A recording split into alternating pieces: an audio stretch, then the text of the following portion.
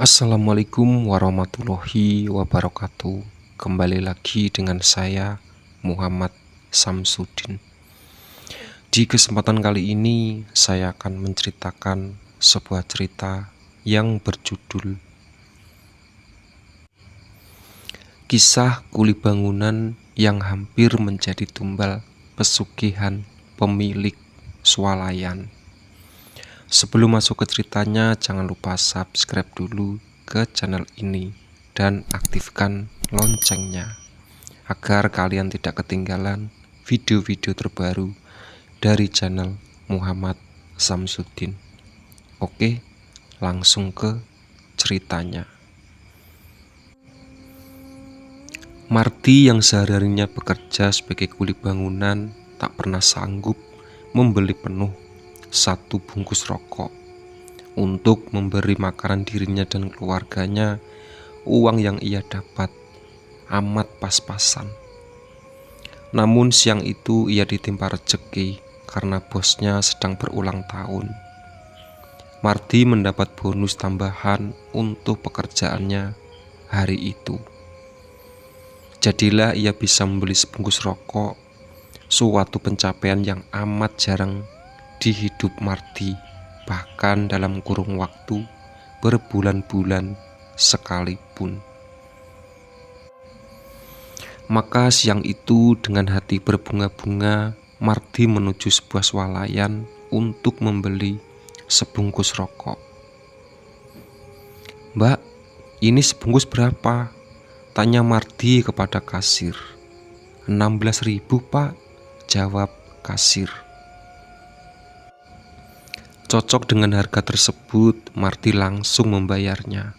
Ia kemudian segera keluar menuju parkiran swalayan. Meski hari itu ia ditimpa rezeki hingga bisa membeli sebungkus rokok merek favoritnya, Mardi tetap saja termasuk orang yang melarat. Menuju parkiran, ia berjalan dengan lesu sambil merenungi nasibnya yang serba kekurangan. Utang yang menggunung, tagihan setoran yang selalu datang dari sana-sini membuat hidupnya kian hari kian tak bergairah. Berbekal dengan rasa nelangsa dan sedikit tak terima dengan apa yang menimpa hidupnya selama ini, Mardi kemudian mengambil sepeda dan mengayunnya. Siang itu memang amat panas, tapi dengan sebungkus rokok di tangan, hidup bahagianya tetap terasa layak untuk buat dijalani. Namun tak disangka baru menjauh 15 meter dari parkiran swalayan, Mardi kemudian tersadar bahwa terdapat sesuatu yang aneh di keranjang sepedanya. Di keranjang itu ia melihat sebuah kantong kresek warna hitam berisi sekepok uang yang warnanya merah semua. Kalau di total mungkin uang itu berjumlah 20 juta. Mardi yang tak pernah memegang uang sebanyak itu dalam hidupnya, sontak saja bergetar sekujur badan. Ia merasa senang, khawatir juga bingung untuk pada akhirnya membawa pulang uang itu atau justru mengembalikannya. Tapi jika hendak mengembalikannya, uang itu milik siapa? Sederet pertanyaan lalu menghujani batin Mardi. Namun tak berselang lama, entah kenapa, karena hidayah atau apa, Tuhan menunjukkan kasih sayangnya kepada Mardi. Sesaat kemudian terbesit dalam pikirannya tentang kejadian dan kabar ganjil yang ia dapat dari orang-orang tentang swalayan tempat ia membeli sebungkus rokok tadi. Sudah menjadi rahasia umum, pemilik swalayan ialah orang yang kerap berurusan dengan ilmu hitam. Ia seorang lelaki paruh baya, duda karena bercerai dengan istrinya. Adalah pribadi amat misterius yang tak pernah sekalipun memperlihatkan batang hidungnya di swalayannya sendiri.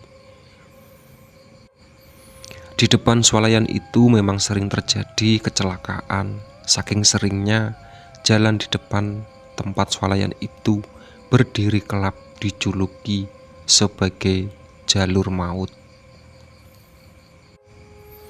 Di latar belakangi pikiran itu, Marty lantas menemui titik terang, yakni bahwa sebelumnya ia menuju swalayan itu, kantong kresek yang berisi sekepok uang tadi belum ada di keranjang sepedanya. Ia yakin bahwa uang itu hanyalah uang jadi-jadian. Hati Marty seperti mendapat petunjuk dari yang atas bahwa jika ia dengan nekat membawa pulang uang itu, nasibnya akan sama dengan beberapa orang yang mengalami kecelakaan di depan swalayan itu, kehilangan nyawanya. Marty yakin uang itu ialah pancingan bagi pemilik swalayan untuk mendapatkan tumbal pesugihan. Formulanya sederhana. Ketika sang pemilik swalayan mengetahui bahwa di depan swalayannya terjadi kecelakaan, ia akan buru-buru datang atau menyuruh pegawainya menggeledah seluruh kantong baju, tas, juga segala hal yang dibawa korban kecelakaan itu. Pasti korban kecelakaan itu membawa sekepok uang pesugihan karena telah resmi dijadikan tumbal atau mati karena kecelakaan. Meski miskin, Marty tak pernah berencana dan mau untuk cepat-cepat kehilangan nyawanya. Maka dengan perasaan geram dan penuh tenaga, ia kembali ke swalayan itu, berniat mengembalikan semua uang yang ada di sepedanya kepada kasir. Sesampainya di swalayan, benar saja Marty marah-marah dan mengembalikan uang itu. "Ini uangmu, meski miskin aku tak butuh," kata Marty marah-marah sambil melempar kantong plastik itu ke muka kasir. Dengan keberanian dan kejernihan pikirannya, hari itu Marty menyelamatkan nyawanya sendiri. Itulah sahabat cerita dari kisah kuli bangunan yang hampir menjadi tumbal pesugihan swalayan. Oke.